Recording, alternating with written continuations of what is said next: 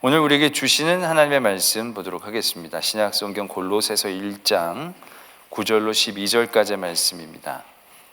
제가 가지고 있는 신약성경 324면에 있는 골로새서 1장 9절로 12절까지의 말씀,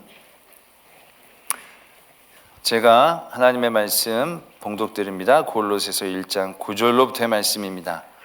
이로써 우리도 듣던 날부터 너희를 위하여 기도하기를 그치지 아니하고 구하노니 너희로 하여금 모든 신령한 지혜와 총명의 하나님의 뜻을 아는 것으로 채우게 하시고 주께 합당하게 행하여 범사에 기쁘시게 하고 모든 선한 일에 열매를 맺게 하시며 하나님을 아는 것에 자라게 하시고 그의 영광의 힘을 따라 모든 능력으로 능하게 하시며 기쁨으로 모든 견딤과 오래 참음에 이르게 하시고 우리로 하여금 빛 가운데서 성도의 기업의 부분을 얻게 합당하게 하신 하나님께 감사하게 하시기를 원하노라.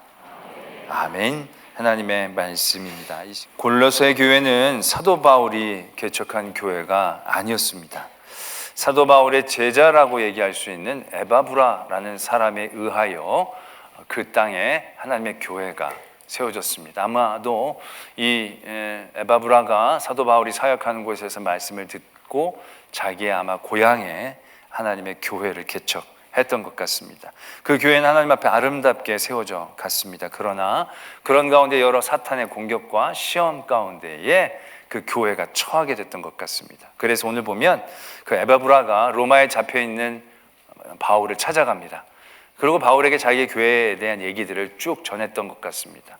그러할 때에 하나님께서 사도 바울을 통해서 그 골로새 교회에 원하시는 말씀을 주신 것이 이 골로새서의 말씀입니다. 그 중에서 오늘 우리가 읽은 이 4절의 말씀은 그런 교회 소식을 듣고 그때부터 이 사도 바울이 그 교회를 위하여 기도하였던 그 기도의 내용이 오늘 4절의 말씀이다라는 거죠.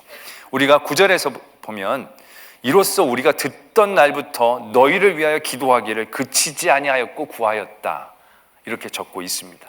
그러니까 에바브라를 통해서 그 교회에 대한 이야기를 듣고 그 교회가 하나님의 은혜를 받은 것도 듣고 기뻐하고 감사했겠지만 또 여러 위험과 또 유혹 가운데 노출되었다는 얘기를 듣자마자 그때부터 기도를 쉬지 않고 그 교회를 위해서 기도했던 그 기도가 오늘 우리가 읽었던 말씀이라는 거죠. 이 말씀을 우리가 잘 듣고 이해하고 받아들일 수 있다면 그 당시 그 골로새 교회가 처했던 위기와 위험을 이겨내 나갈 수 있는, 넘어설 수 있는 그러한 길을 우리가 이 기도를 통해서 또 알 수 있게 된다는 사실 또한 깨닫게 되어집니다. 사도 바울은 이 기도를 통해서 끊임없이 하나님 앞에 간구하고 기도하는 제목들을 내려놓습니다. 처음에 뭐냐? 지혜와 총명의 하나님의 뜻을 아는 것들로 채우게 하시고 합당하게 범사에 기쁘게 하시고 선한 열매를 맺게 하시고 안 한 것에 하나님을 아는 것에 자라게 하시고 그 영광의 힘을 따라 능력으로 능하게 하시고 기쁨으로 견딤과 오래 참음을 하게 하시고, 그리고 12절의 말씀, 우리로 하여금 빛 가운데서 성도의 기업의 부분을 얻기에 합당하게 하신 하나님께 감사하게 하시기를 원하노라. 이러한 기도의 제목으로 끊임없이 기도했다는 거죠. 그러니까 이 기도의 제목의 응답은 그 교회의 건강함, 그 교회의 승리를 의미하는 것입니다. 여러 가지 간구의 내용이 있지만 다른 간구의 내용들은 우리가 듣기만 해도 잘 알 수 있는 그러한 내용입니다. 그러나 오늘 우리는 12절의 간구의 내용을 특히 한번 눈여겨보기를 도전합니다. 12절에 아까도 읽었던 것처럼 마지막으로 간구하는 간구에 이러한 간구가 있습니다. 감사하게 하기를 원한다. 그러니까 골로새 교인들이 늘 감사로 충만하기를 원한다라는 거죠. 감사는 우리 성도들에게 분명히 요구되어지는 신앙적인 덕목이고 열매입니다. 그런데 우리는 그 감사에 대해서 늘 범사에 감사하는 것에 익숙해 있습니다. 그러니까 모든 일에 감사해야 한다는 거죠. 그게 우리 신앙인의 힘이 되어질 수 있다는 거죠. 근데 오늘 말씀은요, 굉장히 한 가지 감사의 제목에 우리를 집중하게 합니다. 범사에 감사하는 것이 아니라 한 가지 제목에 집중하게 하는데 그게 바로 뭐냐? 빛 가운데서 성도의 기업의 부분을 얻기에 합당하게 하신 하나님, 그 하나님의 은혜에 감사하며 집중해야 한다는 것이죠. 우리가 더 눈여겨보아야 될 것은 우리의 대부분의 감사는 기업에 대한 감사가 많습니다. 우리가 주신, 누린, 가진 건강이나 가족이나 재산이나 힘이나 삶의 위치들, 기업이라고 얘기할 수 있죠. 하나님이 우리에게 주신 기업, 우리는 그것으로 감사하기 쉽습니다. 근데 오늘 말씀은 그러한 감사가 아니라 그 기업을 얻기에 우리로 합당하게 하신 그 하나님의 은혜, 기업 자체가 아니라 기업을 받을 만한 자격을 우리에게 주신 그 하나님의 은혜에 집중하여 감사하기를 도전하고 계신다는 거죠. 말씀이 어렵지만 그래서 이 말씀을 뒤에 두 절로 이렇게 풀이를 해주십니다. 그게 무슨 얘기냐? 그가 우리를 흑암의 권세에서 건져내사 그의 사랑의 아들의 나라로 옮기셨으니 그 아들 안에서 우리가 속량 곧 죄사함을 얻었도다. 우리가 기업을 얻을 만한 합당하게 하신 그 은혜가 어떤 은혜냐? 한마디로 얘기하면 죄사함의 은혜라는 거예요. 우리가 하나님의 자녀가 되는 은혜였고 하나님의 나라에 들어가게 되어진 은혜, 우리의 복음의 핵심이라고 얘기할 수 있는 그러한 자격에 우리를 인도하신 그 하나님의 은혜에 감사해야 한다는 것입니다. 이건 너무나도 기본적이고 기초적인 감사, 아니 어떻게 보면 딱 하나의 감사의 제목을 우리에게 남기라고 한다면 그때 남겨져야 할 그런 감사의 제목이다라는 얘기죠. 그러나 우리들의 감사는 어떻습니까? 우리들의 감사는 기업을 얻을 만한 합당한 자격을 얻게 된 것에 대한 감사보다는 끊임없이 기업에 대한 감사로 채워지죠.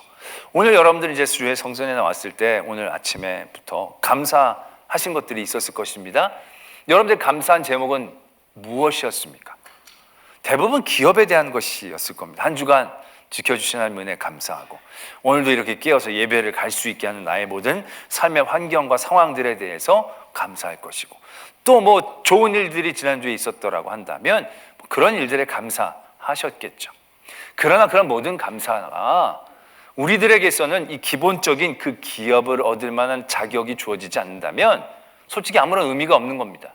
이 자격이 우리에게 없고 주어지는 재물, 이 자격이 우리에게 주어지지 않은 한 우리에게 주어지는 권력, 건강, 솔직히 그건 다 감사의 제목이 아닙니다.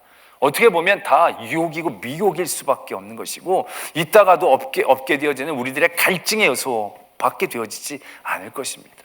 그 모든 기업이 우리에게 진정한 감사가 아니라 그 기업을 얻을 만한 자격, 그 기업을 기업되게, 은혜를 은혜되게 누릴 수 있을 만한 그 놀라운 자격을 우리에게 주신 그 하나님의 은혜에 대하여 우리는 더욱더 집중하며 기도하고 감사해야 한다는 것이죠. 오늘 하나님은 사도 바울을 통해서 골로새 교회 우리들에게 이러한 감사의 초점과 제목들을 놓치지 않고 이러한 감사로 충만하기를 도전하고 원하신다라는 것입니다. 근데 여러분들은 어떻습니까? 우리가 믿음의 처음 인격적인 하나님의 만남들, 우리 믿음의 감격들을 얻었을 때 우리는 그것을 충만하게 기뻐하죠. 내 죄가 사해졌구나. 하나님이 내 죄를 사해 주시고 나를 구원해 주셨구나. 하나님의 자녀가 되게 해 주셨구나. 이런 사실들이 막 감격스럽고 막 북받쳐서 우리가 울기도 하고 하나님 앞에 기뻐하며 찬양하기도 하죠. 그러나 그러한 경험들이 우리 안에서는 점차 잊혀져가는 감사의 제목이 되고 있지는 않은가라는 거죠. 우린 너무나도 당연하다라고 생각하는 것이기 때문에 이제 더 이상 그것을 날마다 끄집어내서 감사하기에는 너무 많이 달아있는 감사의 제목이 되어버린 것이 아닌가라는 염려를 하게 되어진다는 것입니다. 오늘 그러한 가운데 오늘 하나님께서는 사도 바울을 통하여 골로새 교회 우리에게 다시 한번 이 기도의 초점을 놓치지 않기를 원합니다. 우리 안에서 늘 감사가 충만해서 흘러넘친다라 한다면 그 감사의 제목은 우리가 일이 잘 풀려서 복을 받아서 여기서 누리는 게 많아서가 아니라는 겁니다. 하나님께서 우리로 하여금 빛 가운데에서 우리에게 주신 기업의 부분을 누릴 만한 합당한 자로 나를 세워주신, 나의 죄를 예수 그리스도의 보혈의 피로 깨끗게 하시고 그 깨끗게 하심으로 하나님의 나라에 우리가 들어갈 수 있게 해주신 그 복음의 핵심, 하나님의 사랑의 핵심, 그것으로 우리의 감사가 늘 넘쳐나기를 도전한다는 것입니다. 우리가 이러한 감사로 우리가 충만해지지 못하고 이러한 감사가 우리의 삶의 자리에서 점차 잊혀져 가기 시작한다라고 한다면 우리는 굉장히 무서운 위험과 유혹에 노출될 수밖에 없다는 사실들을 분명히 깨달아야 한다는 것입니다. 오늘 제가 아까도 말씀을 드렸듯이 이 에바브라가 사도 바울에게 골로새 교회 이야기를 하면서 문제를 얘기했다라고 말씀을 드렸습니다. 그 문제 가운데 가장 심각한 문제가 무엇이었냐면 이단에 대한 문제였습니다. 초대 교회가 건강히 세워져 나가고 복음으로 하나님의 교회가 부흥하기 시작했는데 그것과 동시에 이단들이 그 교회에 들어오기 시작했다는 거죠. 거짓 선지자들, 거짓 교사들이 거기에서 복음이 아닌 그러한 자신들의 이야기들, 자신들의 생각들을 가르치기 시작했다는 겁니다. 그때 이단에 두 가지 경향이 있었습니다. 여러 가지 종류는 있었지만 그 경향성은 딱 두 가지인데요. 하나는 율법주의적 이단입니다. 하나는 영지주의적 이단입니다. 율법주의적 이단은 뭐냐면 구약의 율법을 지켜야 한다라고 얘기하는 것입니다. 우리는 예수 그리스도의 보혈의 피의 공로, 그 피값으로 은혜를 받은 겁니다. 더 이상의 다른 것들이 우리에게 필요하지 않습니다. 그런데 사람들은 우리에게 얘기하기 시작하는 거죠. 야, 그것만 가지고는 좀 부족하지 않겠느냐. 우리가 더 확실하게 은혜를 받으려면 할례를 받아야 되지 않겠냐. 왜? 구약에서 그런 율법은 하나님이 주셨고 그 율법을 우리가 하나씩 더 지켜나가면 우리의 구원은 더욱더 확실해지지 않겠느냐. 우리의 상급은 더욱더 분명해지지 않겠나. 그렇게 율법주의적 이단들이 얘기하는 거죠. 근데 이게 먹힌다는 사실입니다. 영지주의적 이단은 뭐냐면 영은 숭고하고 아름답지만 육은 굉장히 천하고 버러지 같은 거라고 얘기한다는 거죠. 그 당시 철학에 영향을 받은 건데 그래서 어떤 현상이 나타나냐면 첫 번째로는 엘리트적인 현상이 일어납니다. 영은 아무나 깨닫는 게 아니야. 영적으로 깨닫고 무슨 신비한 일들을 경험하고 얘기한다는 거 이거 아무에게나 주는 특권이 아니야. 나를 따라서 내가 가르친 대로 하면 이런 신비함을 얻을 수 있어. 그런 엘리트적인 유혹 가운데 빠지게 되는 거죠. 또 하나 유혹은 쾌락주의적인 유혹에 빠집니다. 영이 중요하고 육은 아무것도 아니기 때문에 우리가 이 세상에서는 육이 아무렇게나 사는 것도 괜찮아. 우리 영만 깨어있으면, 영만 하나님 앞에 있으면 육은 어디 가서 막 놀든지 해든지 크게 문제가 되지 않아. 그러한 논리를 쾌락적인 삶으로 이행하는 거죠. 자신이 세상적인 유혹과 정욕을 채우는데 그것을 변호하는 것으로 삼기 시작했다는 것입니다. 이게 교인들에게 굉장히 잘 먹혀 들어가기 시작했다라는 것이죠. 비단 그 시대뿐의 문제가 아닙니다. 지금 이 시대에도 적지 않은 이단들이 있지 않습니까? 우리가 불과 지금도 정말로 치명적인 이단들에 대하여 교회들이 얼마나 많은 공격과 어려움에 처하느냐라는 것이죠. 저는 그거 생각해 보면 너무 답답하고 억울한 거예요. 왜 우리는 이 진리를 전하고 복음을 전하는 건데도 불구하고 왜 맨날 우리가 지는 것 같은 느낌이 드는 거예요. 저 사람들 믿는 거 보면 정말로 열심히 잘 믿고 정말로 난리가 나는 거예요. 진짜 그 사람들 예배하는 거 보면요, 막 다 바닥에다 무릎 꿇고, 그 요번에 그 문제가 됐던 그 이단도 바닥에서 무릎 꿇고 막 하거든요. 이렇게 다다다다 붙어가지고 예배를 드리니까 그게 전염이 빨리 된 거예요. 와, 나는 우리 교회 의자 치고 무릎 꿇고 예배한다 그러면 과연 몇 명이 나올까 자신이 없는 거예요. 하나님 앞에 놀랍게도 부끄럽다는 거예요.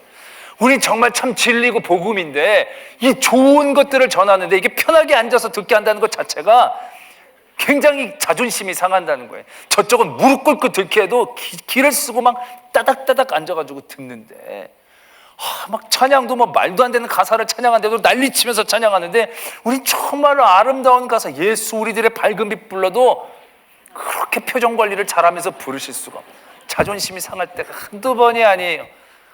왜 이러는가? 그래서 어떤 이런 기사가 있었더라고요.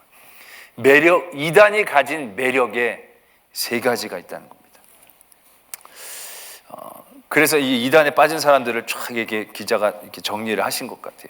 그 이단 단체가 가진 매력은 크게 세 가지로 압축된다. 첫째, 그들은 비록 잘못된 것이긴 하지만 영생의 세계가 이 땅에 도래할 것이라는 꿈을 확실하게 심어줬다.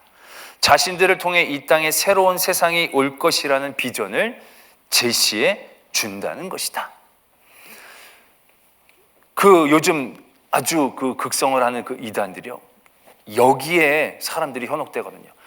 거기 가서 공부를 하다 보면요, 퍼즐처럼 뭐가 딱딱딱딱 맞는 느낌이 든다는 거예요. 와, 이건 교회에선 잘 안 가르쳐줬다는 거예요. 교회에서는 뭐 언제 오실지 아는 이가 없으니까 늘 등불 밝혀 깨어있고 뭐 이런 얘기만 하지, 언제 누구이고 정확히 뭐 이런 얘기를 잘 안 하니까 뭔가 불안한데, 이 사람은 딱딱딱 이 사람이다 딱 얘기를 하니까 너무 확신하게 얘기해 준다는 거죠. 그 시한부 종말론이 먹히는 것 중에 그 이유 중에 하나가 그거잖아요. 몇시 맨날 몇. 뭔가 확실하게 누가 얘기해 주면요, 거기에 혹하는 매력이 있다는 거예요. 우리는 그런데 솔직히 복음이라는 것이 하나님 앞에 모든 게 중심이 있기 때문에 우리는 다 잘 알지 못하거든요. 그러니까 웬만한 목사님들한테 뭘 물으면 잘 모릅니다. 기도해 봅시다. 답답할 때가 있다는 걸 충분히 이해합니다.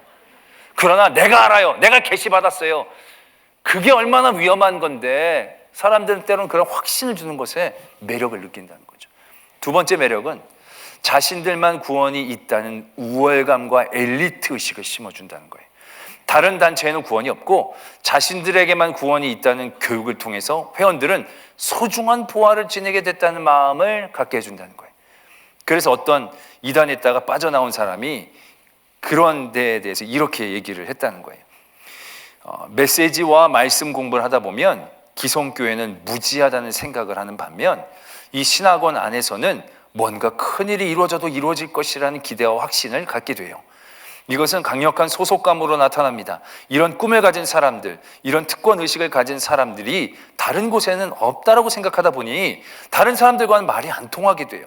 내부 사람들과 원활하게 대화가 가능해지고 우리만이 진리를 이해하고 있다는 생각을 하면서 교제는 더욱더 견고해졌습니다. 이렇게 얘기를 한다는 거예요. 우리만, 여기에만. 그래서 이단들이 제일 많이 사용하는 것 중에 하나가 14만 4천 명이거든요. 요한계시록에 보면 각 지파마다 12,000명씩 14만 4천 명 딱. 요거 굉장히 솔깃해지지 않습니까? 특권의식, 이 엘리트의식, 요 안에만 들어가면 확실한 것. 근데 많은 이단들이 이걸 이용하는 거예요. 왜? 대부분 14만 4천까지 잘 못 가거든요. 근데 그걸 넘어가면 어떻게 얘기하는지 아세요? 허수가 여기 있다. 이 안에서 찌는 또다시 여기서 정제되어진 14만 4천이다. 그러니까 그 안에 들어가려고요, 길을 쓰고 애를 쓴다는 거예요. 적지 않은 이단들이 대단히 열심히 전도와 포교 활동을 합니다. 솔직히 딴 건 안 배워도 우리가 그건 꼭 배워지기를 정말 원하고 도전합니다. 열심으로 진짜 생업처럼 그들의 그 종교를 전도하고 포교해요. 그게 왜 가능한 줄 아십니까? 이 엘리트 의식이라는, 특권 의식이라는 거예요. 그만큼 하면 그 단계에 올라가는 거예요. 마치 우리가 그 다단계에서 하는 어떤 이렇게 피라미드처럼 뭘 하면 확실하게 거기에 되어진다는 거예요. 그러니까 그러한 특권과 그러한 어떤 엘리트들에 대한 그러한 매력이 분명히 작용을 한다는 거죠.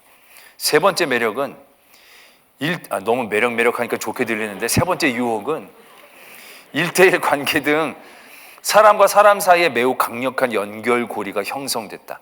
이들 이단 단체들은 철저하게 한 사람에 대해 관심을 갖고 관리를 했다.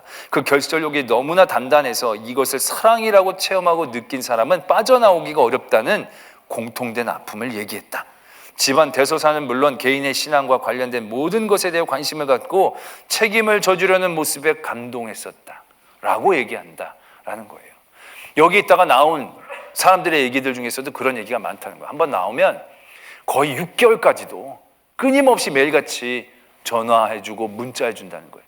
너 안 나오면 지옥 간다 뭐 이렇게 얘기하는 게 아니라요, 응원한다, 기도한다, 기다린다, 부모님 잘 계시냐, 거기는 편하냐, 거기에 진리, 굉장히 따뜻하게 계속적으로 사랑의 속삭임 입으로 얘기를 해준다는 거예요.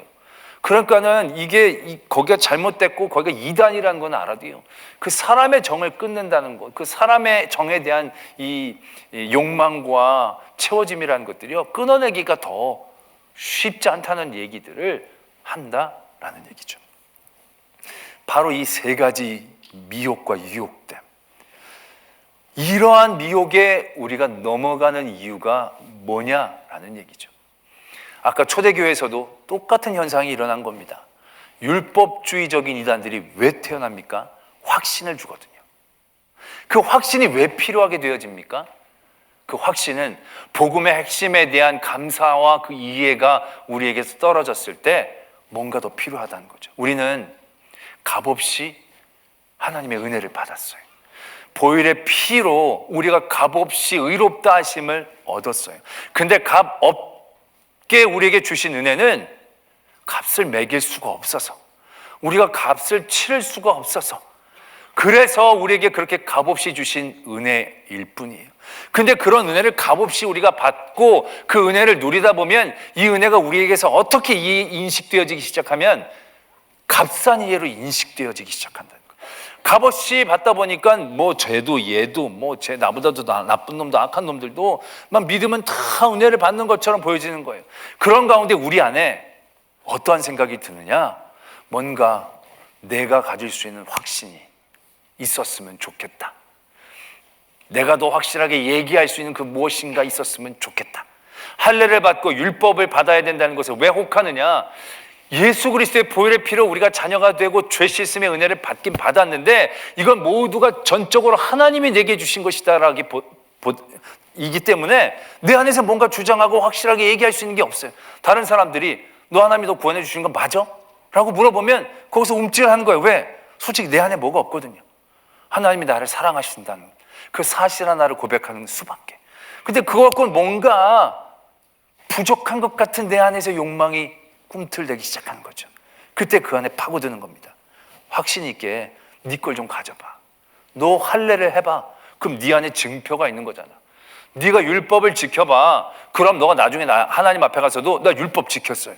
내가 예배도 잘 드렸고 헌금도 잘했고 선행도 내가 꼬박꼬박 잘했고 금식도 잘했고 내 증표들을 갖고 있으면 얼마나 더 우리가 떳떳해질 수 있겠어 라고 얘기하는 유혹 가운데 미혹되어지고 그것의 매력을 느끼게 되어진다는 것이죠.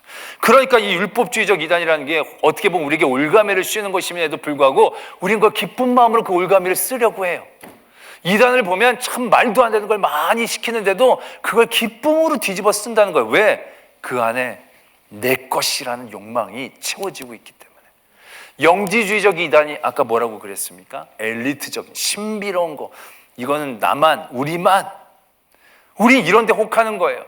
예수 그리스도의 은혜는 모든 사람들에게 주시고자 하시는 하나님의 마음과 진심이에요. 특정한 사람들에게만 주시고자 하시는 은혜가 아니에요. 그렇게 하나님이 하시려고 했다면 예수 그리스도의 보혈의 피값은 우리에게 엄청나게 많이 지불되기를 요구받았을 거예요.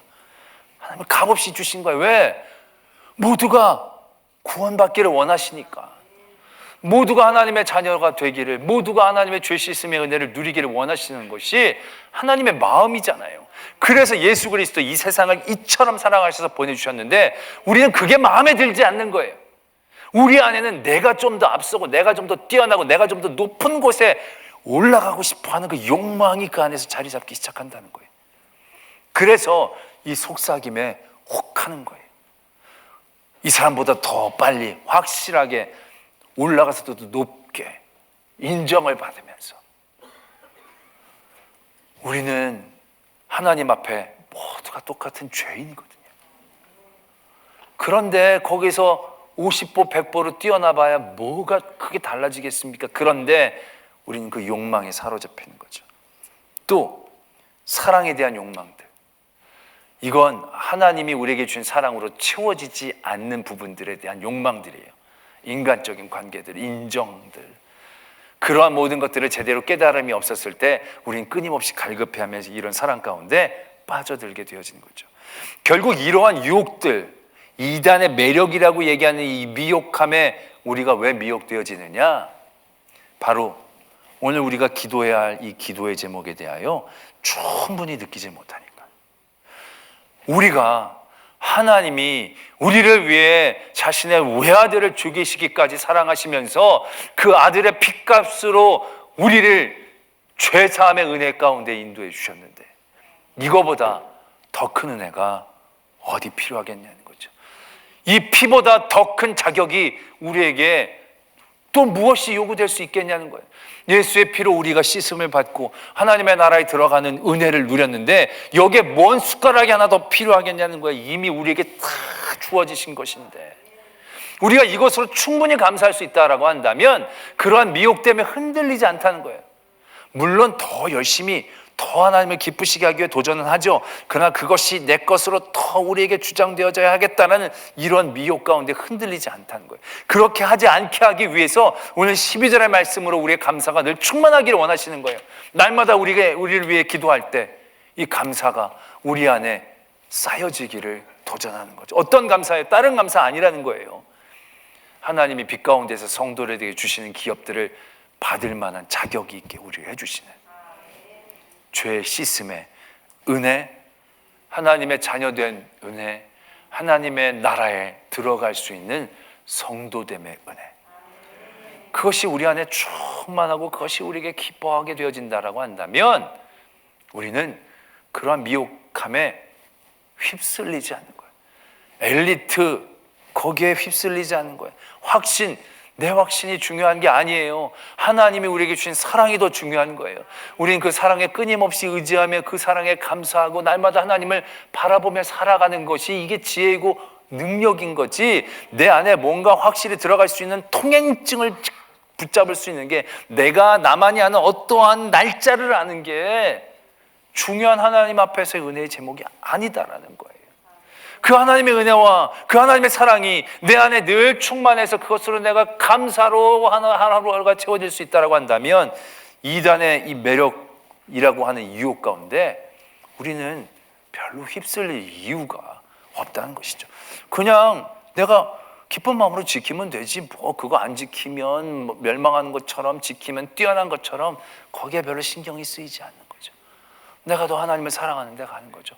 영이 중요하고 육은 나빠서 내가 뭐 신비한 게 뭐가 필요해? 가장 신비한 건 하나님이 우리를 위해 그의 아들을 주셨다는 그 사랑이 제일 신비한 건데, 그 비밀만 알면은 모든 것을 아는 것과 똑같은 건데 거기에서 뭘 어느 날 오시는지 그게 뭐 중요해? 오늘도 내게 주신 은혜로 하루하루가 쌓다가 하나님이 오시면 기뻐하며 맞으면 되는 거지. 그날 알아가지고 뭘 더 준비한다고 우리가 잘 준비할 수 있겠어요? 그날 안다고 우리가 뭘 피하면 더 잘 피할 수 있겠어요? 그날 아는 것 순간 우리는 세상의 생각과 이런 것들에 빠져갈 수밖에 없잖아요. 여러분 내일 주님이 다시 온다 그러면 여러분 뭐 하겠어요? 오늘 난리 날 거예요. 그동안 못 먹었던 거 먹던지 다 세상의 것들로 채워지지 않겠어요? 내일 하나님 오시는 걸 알아도 오늘 예배 드리고 평소처럼 하면 돼. 왜? 평소에 우리는 하나님을 기다리고 평소에 기뻐했으니까 더 안다고 난리 법석을 떨 필요가 없게 되어진다는 거죠. 그것으로 우리 안에 감사할 수 있다면. 하박국서에 보면 하박국서에서 그러한 하나님 앞에 그런 고통과 신음의 소리들이 적혀져 있죠. 뭐냐? 악한 사람들이 이렇게 잘 됩니까? 악한 사람들은 왜 이렇게 우리보다 셉니까? 잘 됩니까? 막 그런, 왜 가만히 두십니까? 그런 원망에 대한 얘기들이 하박국서에 있어요. 어제 새벽에도 말씀을 드렸지만 그때 하나님은 이렇게 말씀하시죠. 그들은 오래가지 않아. 들풀과 같아. 영원하지 않아. 지금은 왕성해 보이지만 순식간에 말라 사라져 버릴 거야 라고 얘기하신다는 거죠. 그러나 솔직히 그렇게 얘기하신 것을 우리는 잘 받아들일 수가 없어요. 왜? 하나님은 순식간이라고 얘기하지만 그 순식간이라는 시간 자체가 우리에겐 너무 짧지 않게 느껴지거든요. 빨리 망해야 되는데 그렇게 빨리는 안 망해야 되는 것 같거든요. 그 하나님의 시간대를 우리가 견디지 못해서 불평과 불만이 우리 안에 쌓일 때가 있다라는 거예요. 근데 그러한 가운데 그러한 하나님의 시간대를 우리가 참고 기다리면서 하나님의 섭리를 우리가 누릴 수 있는 방법이 뭐냐? 하박국 선지자의 마지막 말씀에 보면 기도가 나옵니다. 그 기도에 우리가 잘 아는 기도의 내용들이 담겨져 있죠.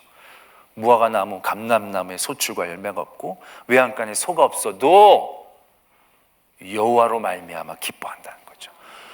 구원의 하나님으로 인하여 기뻐한다는 것입니다. 이게 굉장히 중요한 우리의 능력이거든요. 여전히 나의 삶의 자리에서는요 악인이 득세해요. 그래서 감람나무, 무화과, 소출도 없고 외양간에 소도 없는 상황들이 계속돼요. 그러나 그런 가운데서도 하나님께서 말씀하신 그 섭리들, 악은 영원하지 않고 곧 불살라지고 말라 없어질 것이다라는 그 일들을 기다릴 수 있는 힘, 그게 어디에서 나타나느냐? 다른 게 아니에요. 나를 구원해 주신 하나님, 그 하나님으로 말미암아 감사하고 기뻐하는 것에서부터 그 일들이 가능해지다는 거예요. 오늘 우리가 그런 중보의 기도의 제목들을 쭉 우리가 보았죠. 근데 보면 이 모든 제목들이 이루어질 수 있는 힘 자체가 어떻게 보면 이 12절의 기도의 제목들이 응답되어질 때 훨씬 수월하게 그 일들이 감당되어질 수 있다는 거죠. 그 위로 보면 기쁨으로 모든 견딤과 오래 참음에 이르게 하시고, 견디고 오래 참아야 될 상황들이 기뻐하기 쉽지 않죠. 근데 어떻게 기뻐할 수 있어요? 기뻐할 수 있는 길은 딱 하나예요. 이거, 내게 죄사함의 은혜를 주신 하나님, 그 은혜 구원의 하나님으로 인하여 기뻐할 때 우리는 그 기쁨으로 견디고 참아낼 수 있는 거예요. 그 다음에 그의 영광의 힘을 따라 모든 능력으로 능하게 하신다. 우리가 살다 보면 능한 게 경험이 쉽지 않잖아요. 그런데 이건 모든 일들을 세상적으로 잘한다는 그런 의미라기보다는 하나님이 그의 영광의 힘을 어떻게 보여주시냐는 거죠. 기도의 제목, 우리가 원하는 삶의 환경과 상황들을 바꿔주시기도 하지만 하나님의 가장 큰 능력은 사랑의 능력이잖아요. 그 사랑의 능력이 우리에게 주신 가장 강력한 힘과 은혜는 그 사랑으로 말미암아 우리가 모든 세상의 문제를 뛰어넘는 거예요. 그러한 능력을 얘기하는 것이에요. 우리가 하나님의 아는 것에 잘하는 것, 하나님을 아는 것 중에 가장 큰 지혜가 뭐예요? 하나님의 마음을 아는 거잖아요. 하나님이 뭔 말을 하셨는지, 무슨 역사를 일으키셨는지, 무슨 힘이 있으셨는지, 그걸 하나님을 아는 게 아니에요. 정말로 하나님을 아는 건 하나님의 본심을 아는 거죠. 하나님의 본심이 뭐예요? 사랑이잖아요. 우리의 죄를 사하 주시기 위해 그의 독생자 아들 예수까지 주시기를 아끼지 않으셨던, 그래서 우리가 범사에 그를 기쁘시게 하고 선한 열매를 맺고 우리의 지혜와 총명, 하나님의 뜻을 아는 것이 우리에는 채워지는 그 길은 어떻게 보면 이 12절의 기도의 제목이 응답되어질 때 그 모든 것들이 가능해지는 거죠. 그 유혹들, 이단들의 집요하고 매서운 그러한 미혹 때문에 흔들리지 않고 복음의 진수를 붙잡고 승리할 수 있는 자리에 설 수 있게 되어진다라는 것입니다. 때문에 오늘 이 12절의 말씀, 오늘 사도 바울을 통하여 고린도 교인들을 위하여 중보했던 그 기도의 제목이 오늘 여러분들의 자녀를 위한 중보의 기도의 제목이 되기를 바랍니다. 여러분들의 사랑하는 사람들을 위한 중보의 기도의 제목이 되기를 원합니다. 또한 여러분들 자신들이 성취해야 될 기도의 제목이 되기를 원합니다. 날마다 우리가 깨어날 때 우리의 감사의 제목이 이것으로 시작되기를 도전합니다. 나의 죄를 사해 주시고 내가 하나님의 나라에 들어갈 백성 되게 해주신 그 하나님의 은혜, 죄로 죽을 수밖에 없었던, 아무것도 누리고 가질 수 없었던 존재에서 모든 것들을 누릴 수 있는 이 은혜의 자리에 우리를 서게 해주신, 그래서 독생자 아들 예수 그리스도를 죽이시기까지 우리를 사랑하신 그 하나님의 사랑에 대한 감사와 감격들, 그것이 우리 안에 충만한 감사의 제목들. 그래서 다른 그 어떤 것들로도 또 감사할 필요가 없이 이 감사만으로도 기뻐하며 감사하며 모든 삶의 환경들을 뛰어넘을 수 있는 나의 힘이 될 수 있는 그러한 기도의 응답, 또한 우리의 능력 누리는 성도들이 되어지기를 소망합니다. 말씀을 생각하며 함께 기도하기를 원합니다. 우리의 감사의 기도의 제목, 오늘 말씀처럼 나의 기업에 대한 감사가 아니라 나로 하여금 빛 가운데에서 성도의 기업의 부분을 얻기에 합당하게 하신, 죄를 사하여 주시고 자녀 삼아 주시고 하나님의 나라를 허락하신 그 은혜로 늘 충만할 수 있는 저희들 되게 하여 주시옵소서. 이러한 기도의 제목으로 하나님 앞에 나가겠습니다. 하나님 아버지, 오늘도 우리를 지키시고 품으시며 감사합니다. 하나님, 감사한 제목 많지만 가장 감사한 건 주님을 알게 하시고 주님을 만나게 해주신 것입니다. 그 주님이 나를 너무 사랑하신다는 것, 그 사랑의 감격이 우리 안에 잊혀지지 않게 해주시고 우리 날마다의 모든 삶의 자리에서 갈수록 더 깨어나고 붙잡을 수 있는 감사의 제목 되게 해주시옵소서. 사랑의 하나님 아버지, 우리의 삶의 자리에 실로 많은 은혜를 주셨습니다. 모든 게 다 감사의 제목입니다. 하늘을 두루마리 삼고 바다를 먹물 삼아도 내게 주신 감사로 다 적어낼 수가 없음을 깨닫게 하여 주시옵소서. 그러나 그런 감사가 우리의 감사로 늘 채워지기보다는 가장 위대하고 아름답고 힘 있는 그 감사를 잊지 않게 하여 주시옵소서. 날마다 나의 죄를 사해 주시고 죽으시기까지 해주신 그 사랑에 대한 감사가 잊혀지기보다 날마다 더 새로워지고 날마다 풍성해지며 날마다 더 감격스러워져서 내가 무엇이건데 나를 사랑해 주신 그 하나님에 대하여 또 감사하고 또 감사하고 그 감사함으로 내 하루를 채우고 내게 준 모든 유혹들을 이겨내게 하시며 주시는 은혜를 더욱더 은혜되게 할 수 있는 그런 성도 되게 하여 주실 때 그 감사가 우리의 능력이 되게 하시고 지혜가 되게 하시고 길이 되게 하시고 또한 승리가 되게 하여 주시옵소서. 믿사오며 예수 그리스도의 이름으로 기도드립니다. 아멘.